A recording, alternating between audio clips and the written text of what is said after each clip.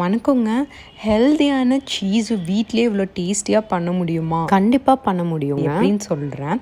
நான் இங்கே வந்து பால் ஒரு 1.5 லிட்டர் எடுத்திருக்கேன். ரொம்ப லைட்டாக அந்த கை பொறுக்கிற அளவுக்கு சூடு இருந்தால் போதும். ஸ்டவ் ஆஃப் பண்ணிக்கோங்க. அதுக்கப்புறம் நம்ம லெமன் ட்ராப்ஸ் ஆட் பண்ணலாம். ஃபுல்லாக பண்ணிடக்கூடாது. ஒரு 1 or 2 டீஸ்பூன் ஆட் பண்ணிவிட்டு இதில் ரொம்ப முக்கியமான விஷயமே இந்த மாதிரி நம்ம வந்து கலரிட்டே இருக்கணும் பாலை. ஸ்டவ்வை ஆஃப் பண்ண மட்டும் மறந்துடாதீங்க. மறுபடியும் அதே மாதிரி நீங்கள் இன்னும் கொஞ்சம் லெமன் ஒரு 2 to 3 ஸ்பூன்ஸ் ஆட் பண்ணிவிட்டு நீங்கள் கலர்றதை மட்டும் நிறுத்திடாதீங்க. அண்ட் உள்ளே இருக்கிற அந்த லம்ப்ஸையும் நம்ம எடுக்க வேணாம், அப்படியே இருக்கட்டும். ஸோ அப்படியே நம்ம வந்து தொடர்ந்து கலரிட்டே இருக்கலாம். கடையில் வாங்குகிற சீஸ் எல்லாமே வந்து ப்ராசஸ்டு சீஸ் தாங்க. நம்ம வீட்டில் செய்கிற அந்த ஒரு லவ்வோடு நம்ம குழந்தைக்கு கொடுக்குறதுங்கிறதே வேறு. முடிஞ்ச வரைக்கும் எதுனாலும் வீட்லேயே செய்ய ட்ரை பண்ணுங்கள். ஸோ இந்த மாதிரி கொஞ்சம் நேரத்துக்கு ஒருக்கா கொஞ்சம் கொஞ்சமாக வந்து லெமன் ஆட் பண்ணி இதே மாதிரி கலரிட்டே இருக்கும்போது உங்களுக்கு வந்து இதே பன்னீராக இருந்தால் குவான்டிட்டி ரொம்ப கம்மியாக தான் வரும்.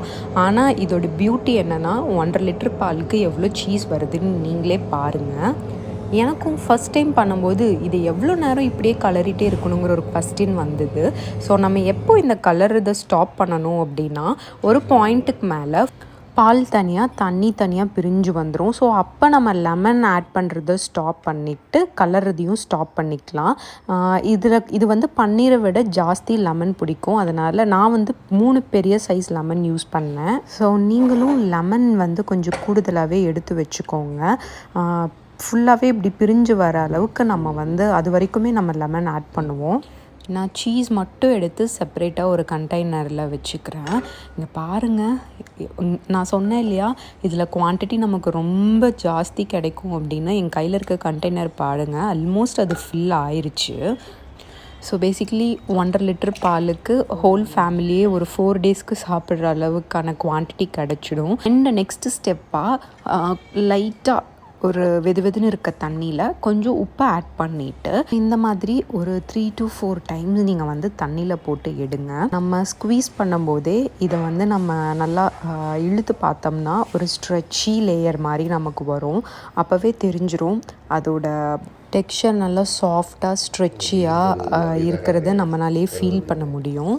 இது ஹோம்மேடு ப்ளஸ் இதில் எந்த கைண்ட் ஆஃப் நம்ம ப்ரிசர்வேட்டிவ்ஸும் ஆட் பண்ணலங்கிறதுனால ஒரு 1 டே மட்டும் இது வெளியே வச்சுக்கலாங்க.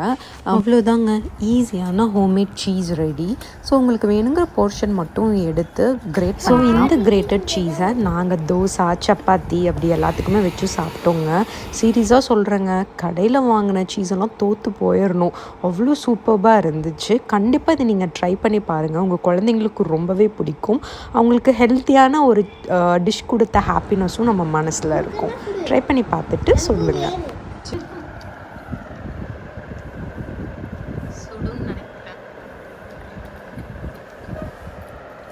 சீசி தோசை எப்படி இருக்கு?